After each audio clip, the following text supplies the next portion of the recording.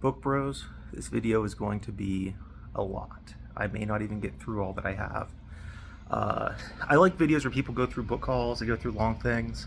I recently got a lot of my books out of storage because I have additional storage space now in my apartment. So I unloaded and I decided to go through all the books that I have read and plan to read in preparation to write the book that I've been mapping out the past 5 years.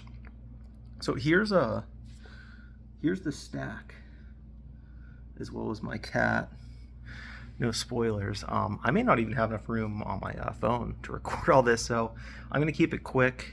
I'm going to be transparent with what I've read for the book, what I read before reading the book that inspired me, what I reread, and what I plan to read, and maybe hopefully give a quick blurb about some of them. But I like to watch his videos, just the long book recommendation lists or end of year. I rank all the books I read this year. I like watching that stuff as I fall asleep or as I'm just doing dishes and stuff. So that's how I'm approaching this. It's long form. It's going to be pretty rapid. We're doing rapid fire rounds. With that said, also just something kind of pleasant and fun. And to show also how much effort goes into putting a book together.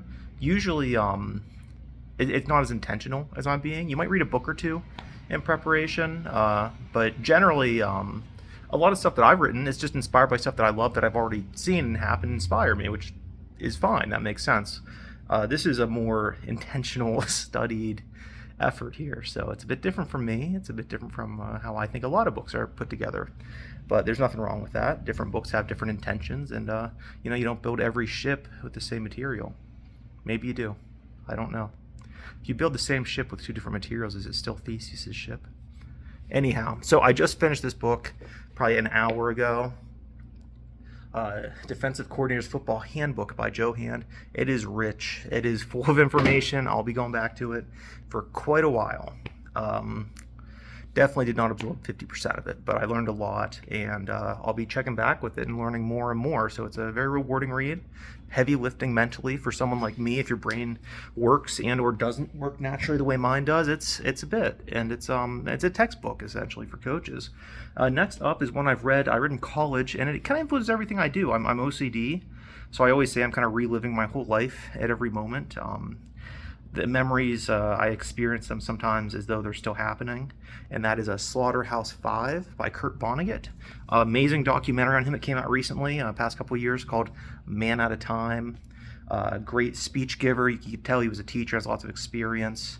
But Slaughterhouse-Five, read it probably 2014, 2015, stuck with me vividly ever since. Next up is another one I read in high school, read it again freshman year of college. Reread passages, just one of my top books ever, something that motivates me as a human being. And it's just as a writer, as a fan of literature, is To Kill a Mockingbird by Harper Lee. You'll see I never took the stickers off a lot of these. These are on sale, cheap, which is great. That's how you do it. Next up is for the book I'm writing. It's a bit abstract, and it's kind of one of those things that influences everything I do. But as Anton Chekhov, most notably, we're talking The Three Sisters. Actually, I just read Uncle Vanya last week. I went through. I think I reread it because I think I read all of Chekhov's work. I know I read all of his short stories and most of his plays, but I believe I've read everything in the past that he wrote. This one here, it's pretty on the nose with what I'm doing with my book. Without giving spoilers away, very very interesting book. It is The Histories by Herodotus. And you could look up it's not entirely historically accurate, but that's part of what makes it so interesting, is the things it gets wrong as well as the things that it got right. Very very fun read. This one here, ethically, I have a tremendous issue with. I regret in some ways reading it. I am uncomfortable with its existence, but it has influenced me in many ways. I'll get into it. It's the Journals of Sylvia Plath. And I love her. She's my favorite poet, one of my favorite writers, one of my favorite people. I think it's ethically wrong to posthumously release journals of people like that. I don't agree with it. I was very young when I got it, when I was first discovering her work in high school, read it, and what can you do? I wouldn't buy or read it today, but I did then, so I apologize, and I feel very, very guilty about that, honestly. Next up's more fun. It's a literature historical artifact that has a lot of value, and I'm very glad was preserved. Is the Epic of Gilgamesh. Read that in high school. I think I read it in college as well. Reread it about 2020 in preparation for this book. Yeah, I mean, what can you say? It's like something that belongs in a museum. This one here, I'm getting into some of the more juvenile stuff I read in high school, but it did have an effect. It's comic books, particularly Alan Moore and his comics, V for Vendetta. More than anything with this, it's a particular splash in which it shows a musical arrangement, and it's using that to tell the story. That always stuck with me, really creative, inventive idea. And that particular page is why I wanted to include this. This other one here, though, is more on the nose. It is The Dark Knight Returns by Frank Miller. I don't think I need to say anything about it. There's nothing more I can say about it without being redundant. Everybody's talked about it. This next up here is a volume of The Essential Spider-Man. I just got this as a avatar for general Spider-Man comics. Read probably hundreds of them in high school.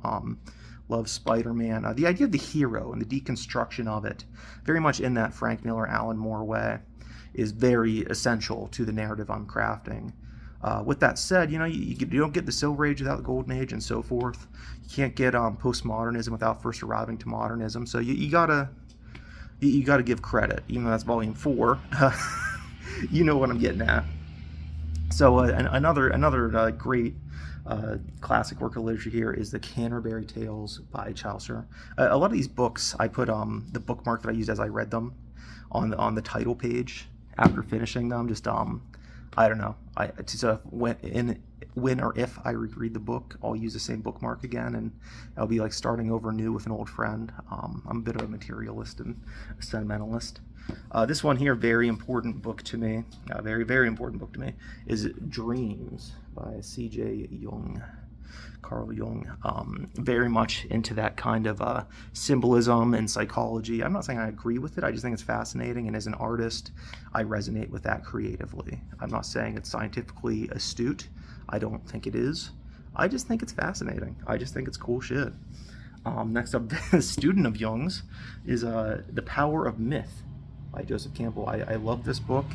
It's a very important book to me. It was recorded on the Skywalker Ranch. It's an interview between Campbell and I don't know who Moyers is. I apologize. Bill Moyers.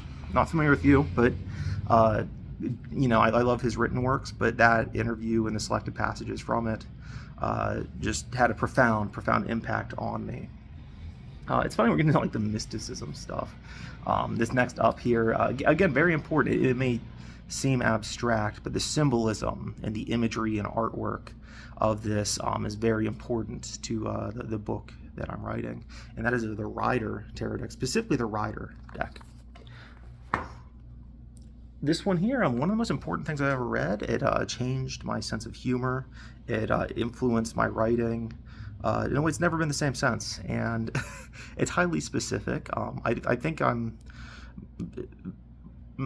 far fewer people relate to or enjoy my work because I'm so influenced by this, and that is specifically The Rape of the Lock by Alexander Pope. It's got the others in there, but Rape of the Lock is the only one I'm specifically referring to here. Next up, another great playwright, Henrik Ibsen. And what got me with this one was Hedda Gabler. My taste in women's coming out here because I'm talking about how much I love Sylvia Plath. Now I'm talking about loving Hedda Gabler, but Hedda's the best. I love her. She's one of my favorite characters, and specifically in this book, there's a character written to reflect her, and my appreciation for such a character.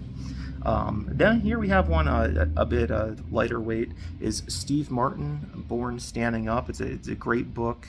The way that magicians influence so many stand-up comics, I read a lot of autobiographies of stand-up comics around this time, and that influence on him is a big thing. Is interesting. It's a very charming, funny book, fascinating.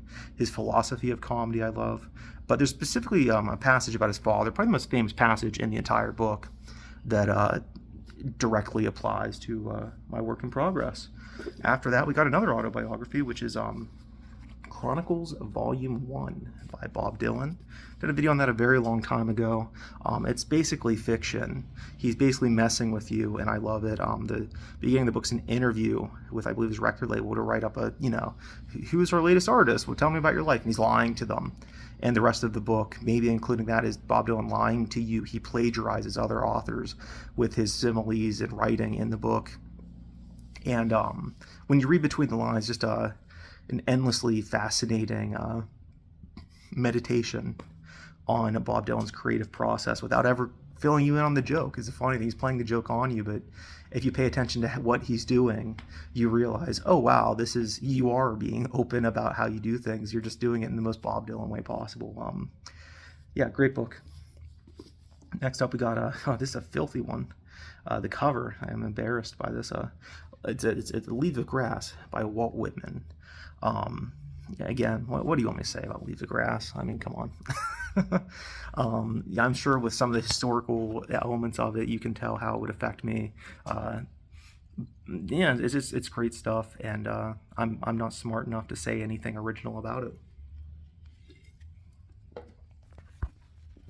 This one is very obvious how it's impactful on the book, and the television show, not really adaptation, I would say, but the television show version of it is my favorite show. So it's actually, I love this so much, and the movie's great too. That is an adaptation, but the book itself is a work of nonfiction. This is the Truman Capote's In Cold Blood of sports books, in my opinion. Talking about Booby as a character, and especially this version, which has a new afterword, is just profound and beautiful, and what it says about sports and life. If you like the film Hoop Dreams, the documentary, which is obviously amazing, great companion piece. They go very well together. Another one here, The Blind Side by Michael Lewis. So this one recently came out where this book is bullshit. I mean, it's propaganda. It's horribly unethical. I would say racist. And unfortunately, I really enjoyed reading the book, and it does it points out, it questions the narrative at play. The movie I don't enjoy. It's a mom movie. It's a Sandra Bullock movie, where she has that subgenre, a certain tone of the movies that she's in. She's basically just like being a bitch to everybody around her, but she's a good person because she's doing it to fight racism and be a white savior or whatever. Yeah, I mean, I really enjoyed the book, but unfortunately, it's it is a story told very well that isn't exactly accurate to all that was going on. But I forget the guy's name now the book focuses on, but he has a fascinating life before, during, and after the events of the book. So I think it's worth reading if you're into it, but don't take it literally. Keep that in mind. This one here, I've gone through a lot of world culture mythologies. Just really wanting a lot of richness and how to what mythologies and fables and parables, what they mean to different cultures and how they overlap, is something very important to me in this book. And I don't know if it'll translate. I don't know if it'll be successful in communicating that to any potential readers, but I'm trying. And it's Aesop's Fables. So yeah, there you have it. After that, this one philosophically is one of the most important books to me ever. I read it for this book in preparation for it. All the book deals with Kierkegaard and Nietzsche and their parallels and where they disagree. But this book, more than Kierkegaard's others, is The Sickness Unto Death. And I don't have a physical copy of this book, but it was one of the last books I read, which I read for this book, The Brothers Karamazov by Fyodor Dostoevsky, which I don't know if it's Fyodor, like an Amish person with a fricative at the beginning, or if it's Fyodor. I've heard both, and I don't know, so I'm sorry. But I'm really interested in a game of football being a debate, of like wrestling and boxing being a physical debate between two people, and your different styles and methodologies is your philosophy. So I read a lot of philosophy in preparation for the book, and I just read a lot of philosophy. I love philosophy. This one here, The Old Man and the Sea by Ernest Hemingway, very important to the book philosophically speaking of. One of the great novellas. Could read about an hour or so. This one here I haven't read yet, but I plan to. I've definitely read similar things. A lot of Irish drinking songs. I love Irish culture. Obviously, Joyce and all that. But it's a great Irish humor. Like I said, I haven't gotten a chance to read this yet, but it is in line with a lot of stuff that I've researched for the book, particularly just the humorous qualities of it. This one here, very important to the book. I'm gonna get clowned for owning this copy if everybody watches this, but it is Gravity's Rainbow by Thomas Pynchon. Yes, I own the Penguin Classics Deluxe Edition. I'm sorry, it's the only one I could find when I was a broke college student, so that's the one that I own. I don't like shopping online. I like buying from independent bookstores, but I will if I have to get something from Amazon, but I prefer not to. This one I haven't read in full. Started many years ago before I even had this football book planned to actually commit to, but very relevant thematically, and I should read it before I write this book. It's Bury Me Standing by Isabel Fonseca. Native American culture and all that, very relevant to some of the writings I was doing in around 2016, and never quite got around to it. The Other Side of the Coin of Nietzsche, or of Kierkegaard, Friedrich Nietzsche, Beyond Good and Evil, Prelude to a Philosophy of the Future. That was one of the ones that I had read before the book. Just want to read as much as possible for his stuff. This next one up is also Nietzsche, and this one is a little more applicable to the book, and that is Thus Spoke Zarathustra. I thought it was Thus Spake, though. I don't know. Either way, great book, arguably his best in many ways. Just symbolism and all that, making a kind of a creation story, Messiah. And talked about Alan Moore before, Watchmen, most directly applicable, breaking down the classic superheroes and all that, parodying them, very in line with what I'm doing with my book. Then you got another Spider-Man book here, The Essentials. I'm not going to get into it, that'd be redundant. I shouldn't have included both. This one here, going back to Gravity's Rainbow, we got The Crying of Lot 49. Thomas Pynchon, his humor, not just the amount of characters and the overcomplication of everything, the paranoia of Pynchon books, which is definitely relevant, but his humor is really the thing that is inspiring me right now with the book and has been. This next one up, going back to Hedda Gabler, going back to Sylvia Plath. F. Scott Fitzgerald's The Beautiful and the Damned. I adore this book. It's one of my favorite books. And the relationship in it is very much an inspiration for one of the key relationships, maybe a few of the key relationships, actually, of the book. After that, well, I misplaced a book. I don't mean to have Catherine and other writings here. I read it in college, but I don't remember any of it.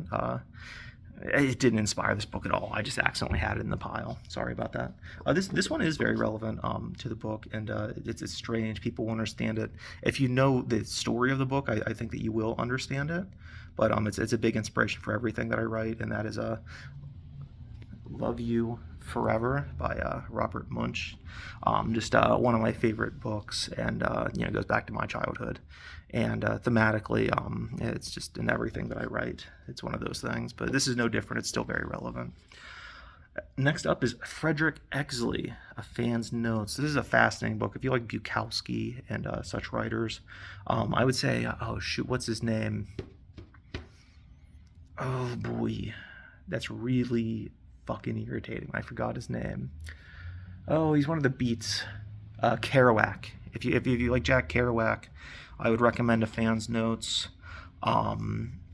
Yeah, it's not a sports book in any way that I wouldn't recommend it to sports fans, but it does overlap a lot. It's a funny book, an unsettling book, just an interesting book. I like it a lot, and I took a risk on it. I didn't know if I would enjoy it or if it'd be helpful, but nonetheless I enjoyed it very much. This one here is a bit abstract. It's a Guitar Chords Deluxe.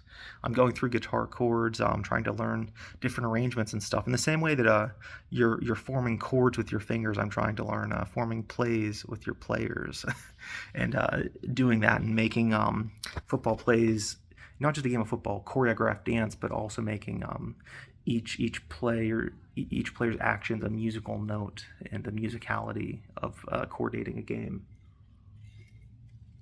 Will I be successful? Probably not. Will I try? Yes. Next up here, going back to the philosophy, and I just defaced the book under it. Plato Republic. Again, what do you want me to say? You want me to say something new about Plato's Republic? Fuck off.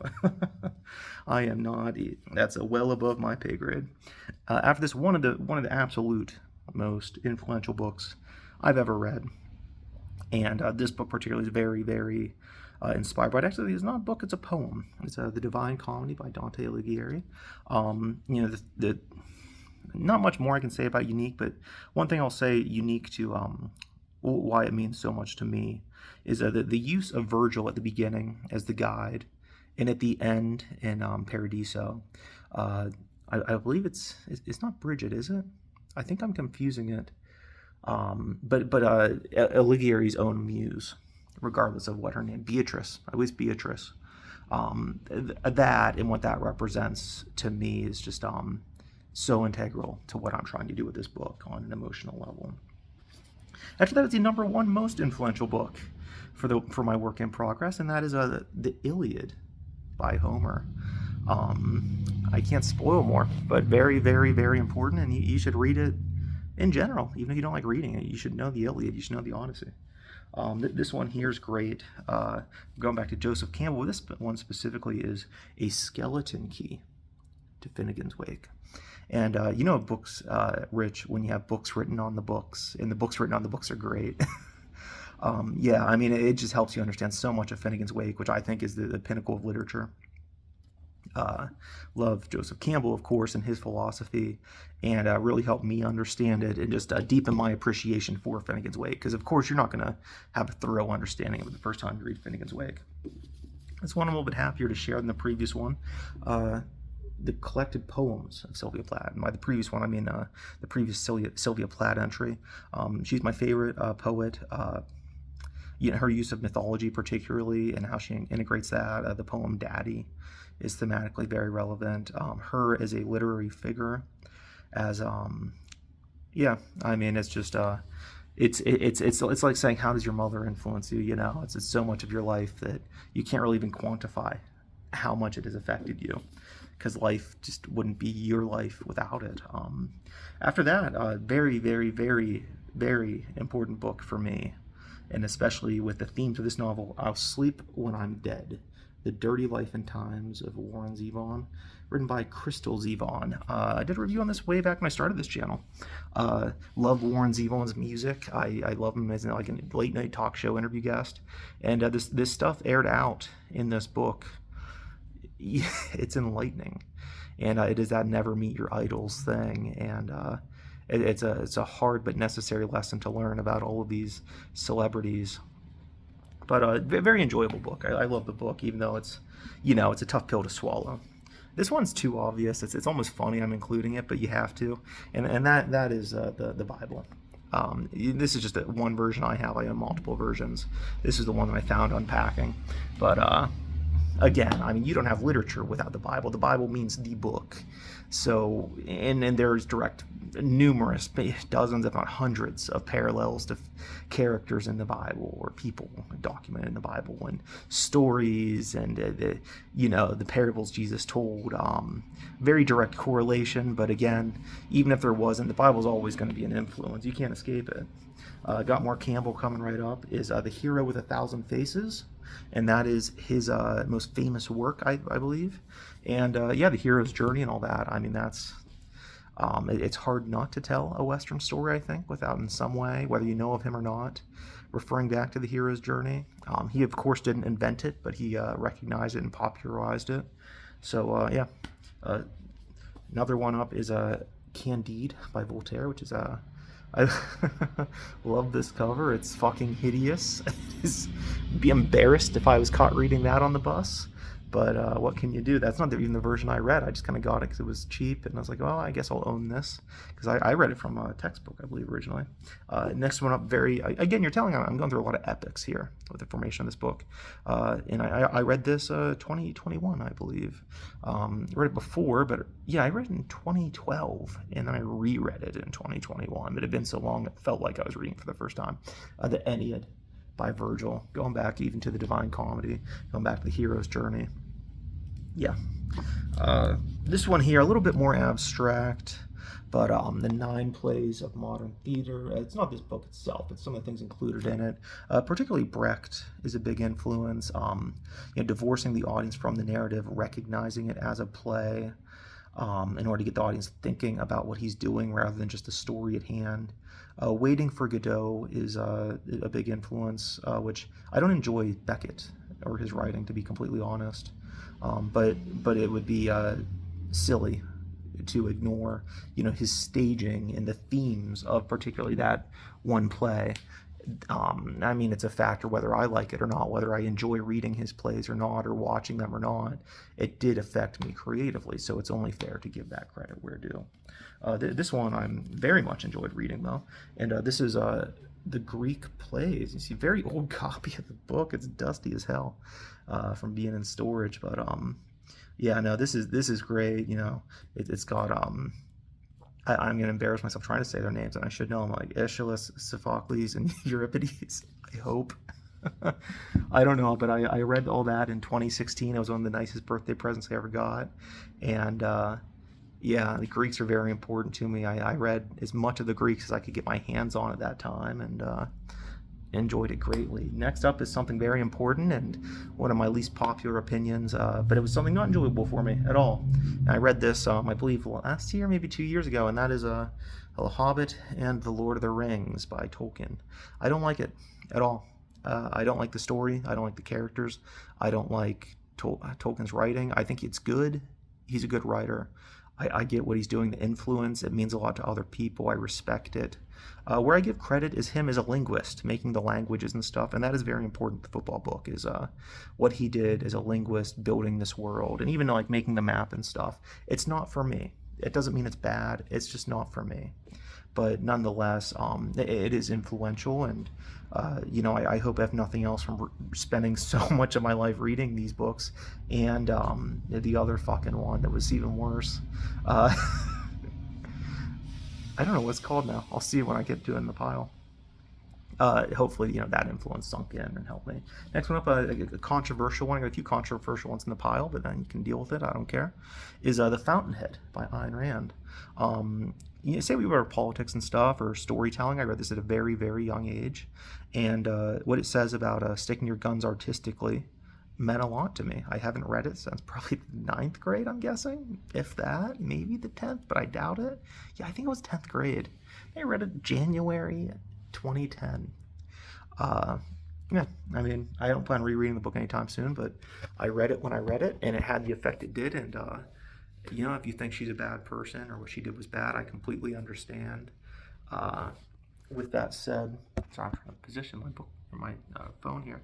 With that said, I hope that I can take a negative thing and have a positive influence from it in any case. Now we got Scott Pilgrim.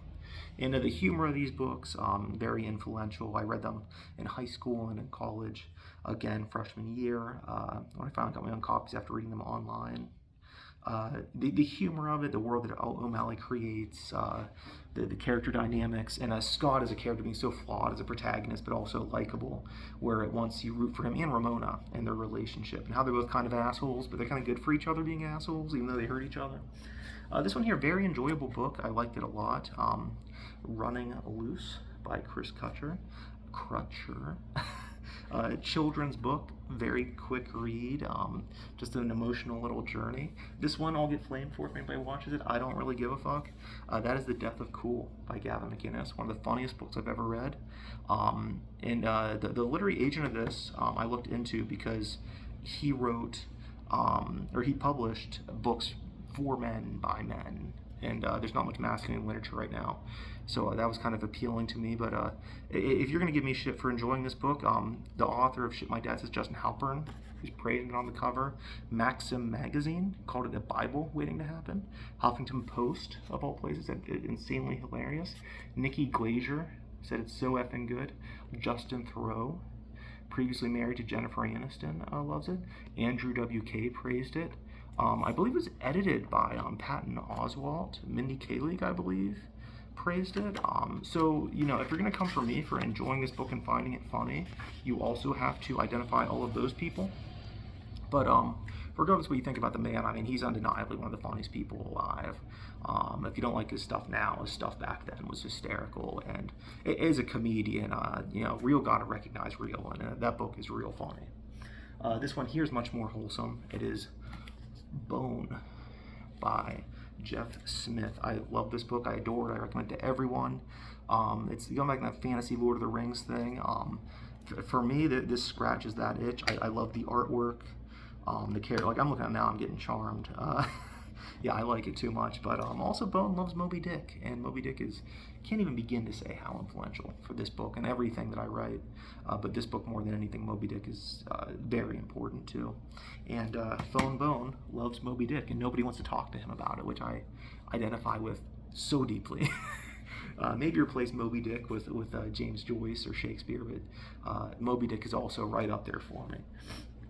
Another fun book, very fun book, is a supposedly fun thing I'll never do again by David Foster Wallace. Recently, he's not as popular because a lot of bad stuff came out about him that it's bad, but you got to deal with it. Another book not pictured in this video is going to be Alice's Adventures in Wonderland and Through the Looking Glass by Lewis Carroll, one of the most beautiful, brilliant, hysterical, witty, clever books ever written. Unfortunately, deeply disturbing, the behind the scenes. But these essays, the humor in them, David Foster Wallace's voice, the way he writes is just so infectious and fun. And yeah, I mean, someone said to me once, they said that reading Infinite Jest was a supposedly fun thing I'll never do again, which I liked Infinite Jest a lot, but that's a funny joke. Almost through it. We're doing pretty well. I think I can keep this under 1 hour, dudes. This one here, this is referring to the movies as well. And movie, singular, I apologize. But the graphic novel is by the same dude, and the artwork, the use of motion, particularly in the graphic novel, the characters, what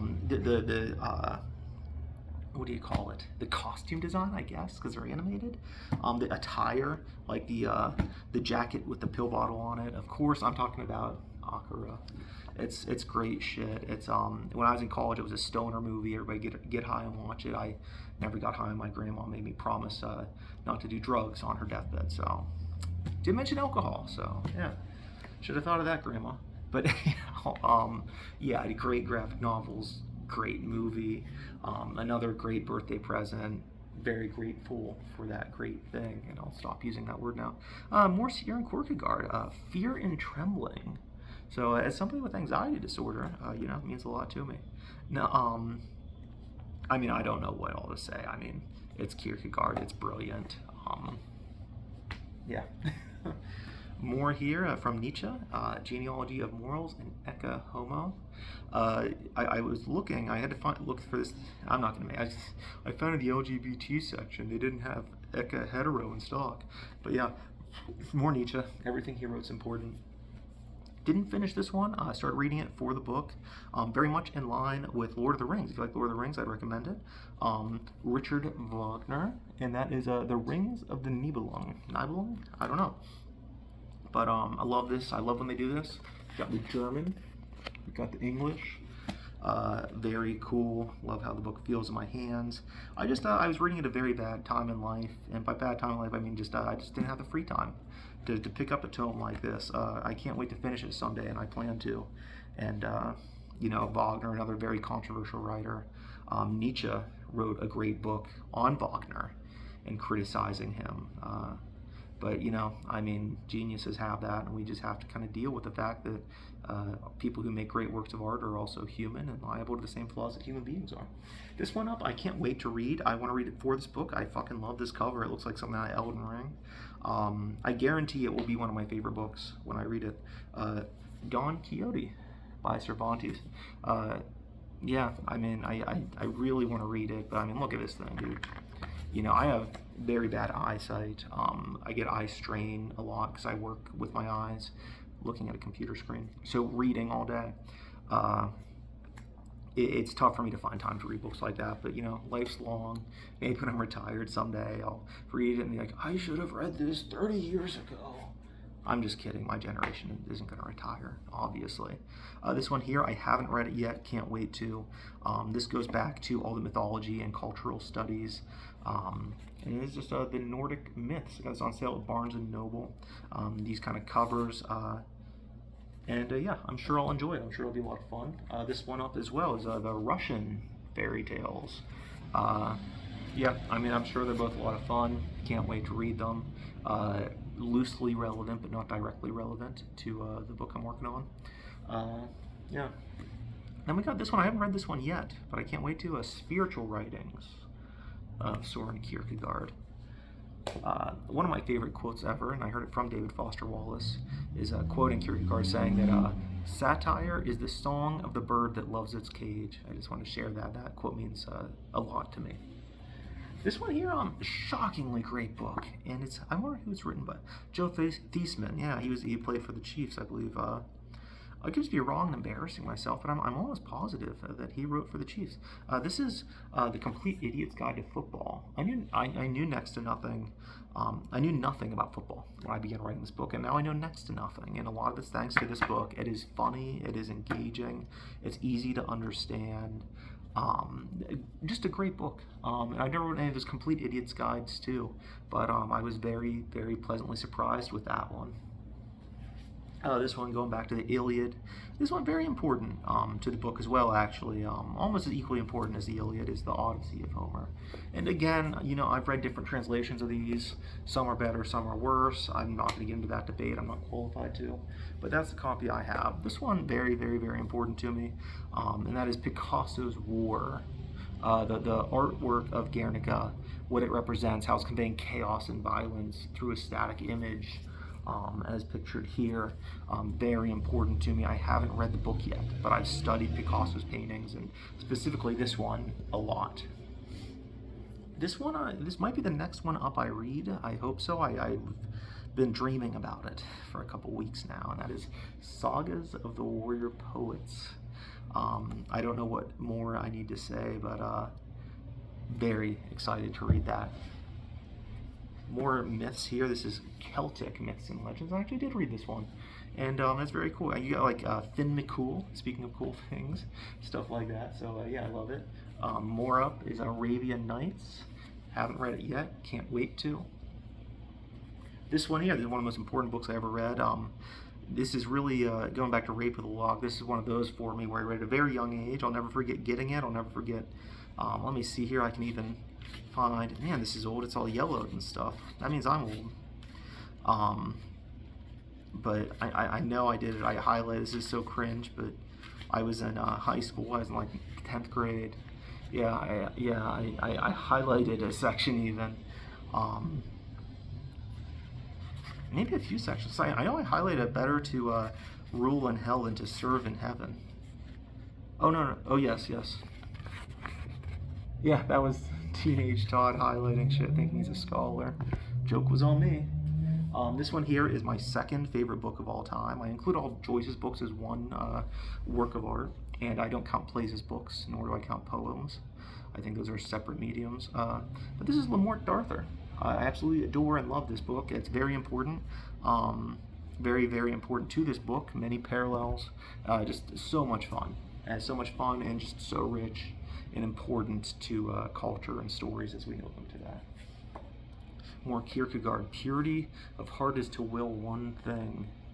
That statement alone says a lot about the book that I'm working on. This one here I haven't read yet. Can't wait to. Bullfinch's Mythology. Of course, by Thomas Bullfinch. This one here, it's just one story really. Clive Barker is my favorite living writer, even though he doesn't really write all that much anymore. I love him, endlessly influential with everything I do. This is volumes 1 to 3. There's 6 books of blood. The later 3 republished as other things. Mother heck. I don't know if I'll be able to find the name of the story here that I'm looking for. It's one specific one. I believe it's called Hell's Event, I believe it is. And it's a horror story built around a track race. And I read in high school, that was the dumbest thing. And about a decade or two later, I got this version. This one refers to the Books of Blood Hulu movie, which is terrible. But the books themselves are classics. Love them. Love pretty much everything Barker's written. But that Hell's Event story and how it uses sports in this kind of a horror way is influential for what I'm working on. This is the other one I was thinking of that I hated, The Silmarillion by J.R.R. Tolkien. Fuck this piece of shit. No, no, I mean, I just don't enjoy it. I respect what he's doing. I think, as you can tell, I'm into a lot of the same stuff that Tolkien is. So we have very similar taste. I just don't like when he does it. Even I love C.S. Lewis, one of my favorite writers. I love Narnia. I hear his Martian books are even better. I love Lewis's philosophy and writings. I just don't fuck with Tolkien. I just don't like the guy. I'm sorry. This one here, it's kind of good. This will even it out. It's gives me a little bit of a pass. But influential books in this is The Communist Manifesto and Other Revolutionary Writings. Yes, I've read both sides of the spectrum and controversial figures, and include both of them in my influences. But kind of strange how it factors in, a bit abstract, but it is a thing. Sam Morley, like The Death of Cool, the element of partying and athleticism and boys being boys and doing that selfishly and hurting other people is part of the influence on my book. And similarly, revolutionary writings. Yeah, more Brecht here, another left-wing radical communist. Was it a lady? I don't remember her name now, dude. It's not Lady Desperation. I don't know. Lady something and her children. But again, just Brecht and his approach to writing plays has been influential to me for years and years. It's a big reason I don't mind spoilers for my work typically. But yeah, gotta give credit to Brecht. I mean, I like his writing, but what he did rather than what he said is important. This to me is probably my third favorite book of all time, as Liber Novus by Carl Jung. This is his own dream journal. And oh my gosh, I love the imagery of it, and I love it. I love dream psychology. I love Jung, and this is the cheapo version. The actual version is like a couple $100, and so I had to look up online PDFs of all the mandalas that he made to go within the paintings. But I did view them. I've got the complete experience, just not physically. I went to a store randomly and thought, I'm going to look for it. They won't have it, and it came in that day. It was my birthday even. I just ran and was like, I should go to this one store that I never go to, a half-price bookstore like a couple towns over. And the guy said, it's your lucky day. We have this in stock as of this morning. It was shipped in. And yeah, I just, that's my shit. That's what I like as a reader. Going back to Nietzsche, The Birth of Tragedy and The Case of Wagner. Particularly The Case of Wagner, I really enjoy, but both are great. I love this cover so much. I love covers like this. Like just the color block, like, hell yeah, dude. Divine Comedy, just another copy of Purgatorio. Not gonna bother saying anything more about it. This one here, Flowers of Evil by Baudelaire. Read this in high school, began rereading it about a year ago. Love it. I do love this kind of stuff. I love John Van Sacher-Masoch's, I believe it is, Venus in Furs, and Marquis de Sade's writings. I love Oscar Wilde, and I put Baudelaire up there with just an absinthe degenerate.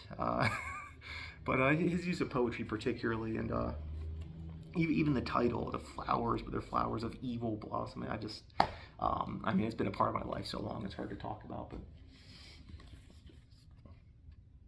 what more can you say? Infinite Jest, I love it. I love David Foster Wallace, unabashedly. It's a funny book. The characters mean so much to me.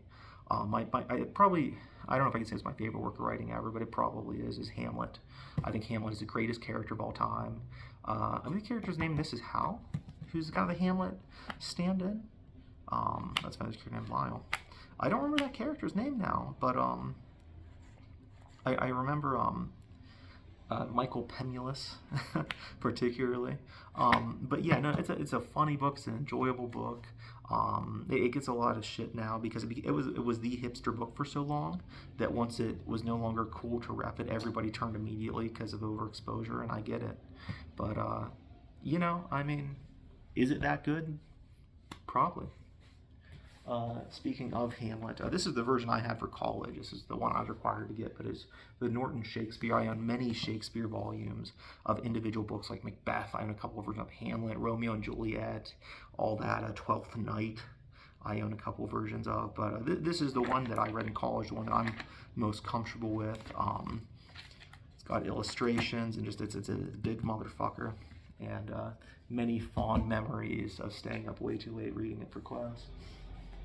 Going back to debates, the great dialogues of Plato. I'm not going to try to articulate it. If you haven't read it, don't even comment.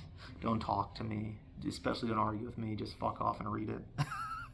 This one here, Watership Down, is one of my favorite books. And that is one of the, I think it's the first video I did for this channel, actually, is a review of this back in the day. And, sorry, I thought there was something going on with my phone.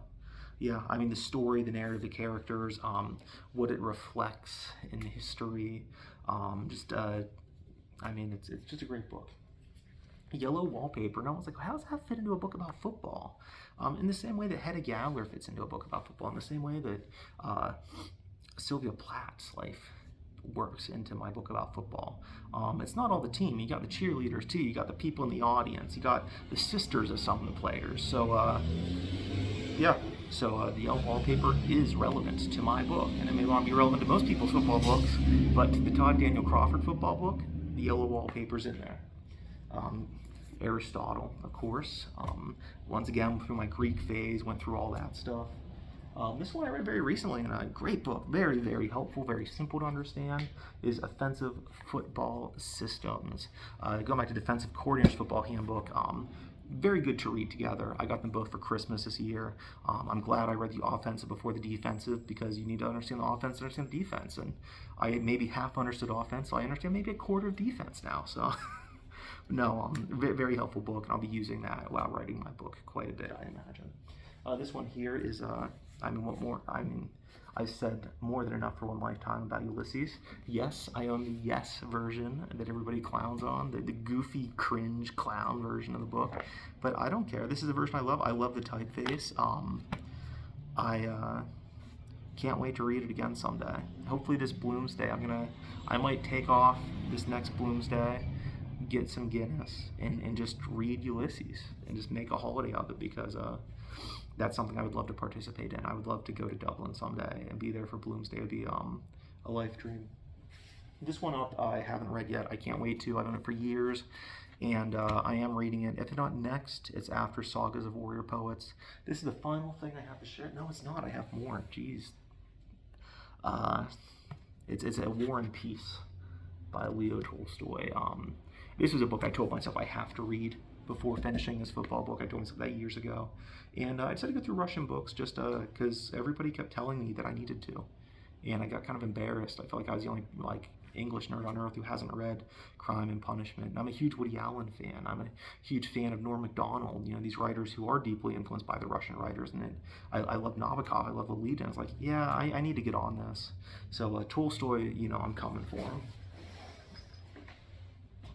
Finally, we have the final batch, and it's going to be a lightning round, because I got 10 minutes to an hour recording The Jungle Book. Not quite the same as the Disney movies. Again, going back to culture, going back to Arabian Nights and all that, very much in line with it. I like the book a lot. Rudyard Kipling, notorious racist though, so. Hans Christian Andersen, one of my favorite volumes ever is Selected Fairy Tales. Read this on break at Walmart when I was working there in college. I love it. It means a lot to me. My favorite short story I wrote was a direct tribute to Hans Christian Andersen, which I plan on doing a reading of this week, either tomorrow night on my live stream or at an in-person event the following day. I haven't decided yet. But yeah, I love Hans Christian Andersen. I love the Disney movies based on his poems, based on his stories. I mean, it's just, I love that stuff. This is a similar note, Mythology by Edith Hamilton. More of an index of the different, gods and heroes and stories. But, it's essential. I just signed this senior year of high school, and then I reread it in 2016 when going through the Greeks. We got The Bell Jar by Sylvia Plath. I was recommended to read this in high school by a teacher, and I think that's a pretty fucked up thing to suggest to a kid. And I loved it and had a profound impact on my life. And if you're wondering how I turned out to be me, you gotta blame that teacher. No, no, she meant well. She was a great teacher, but it is a funny thing in retrospect. You got the politics, Aristotle. I think I already even shared this. I could be wrong, but I think I got 2 volumes of that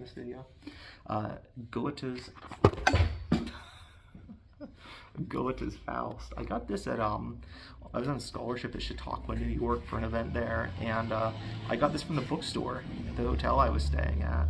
And it's great. I mean, I love German literature. Faust is probably the most important piece of German literature. I would also put the Metamorphoses by Kafka up there. I love Kafka, even though I don't have I do have a version of Metamorphoses. So I wonder what that is, because that's one of my favorite books ever. My German teacher in high school gave that to me.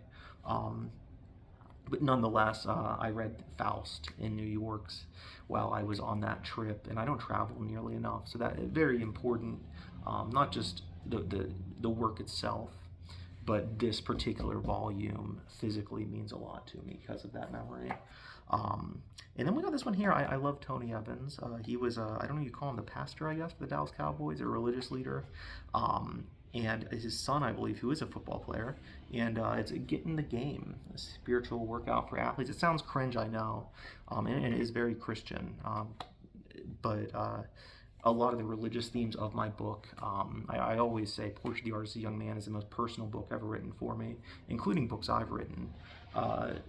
So to combine that, instead of with artistry, with athleticism, the religious aspect, yeah, really good book. I read it at a time where I really needed to read something like it, and it helped me a lot and means a lot to me. There is one book that I'm missing from all this that I really want to bring up, and I apologize for neglecting. I'm trying to remember what the heck it is. Well, I've shared more than enough, and like I said, a lot of these I haven't gotten to reading yet. A lot of them I have, a lot of them I need to reread, and not all of them were read in preparation for this book. And you know, influence isn't always intentional. Sometimes you just happen to be inspired by something, or in many cases, someone that you don't expect to be inspired by. But I hope that I always say that art is a mosaic. It's all collage art, and I hope that gives a picture of how much I have worked to put into this particular book. And I'd like to see other authors do it as well, to be honest, just to give suggested readings based on what they're working on or what they have worked on. Where it's like, hey, I wrote this book. If you enjoy this, these are the things that influenced it. So anyhow, if you watch this far, you know, thank you for watching. I don't get the opportunity to do such videos very often, so I thought it'd be something unique and fun. So yeah. I need some sign off. I need something like, I don't know, like Book Bros Out or something. I don't know. I'll think about it. I'll come up with something. But anyhow, see ya.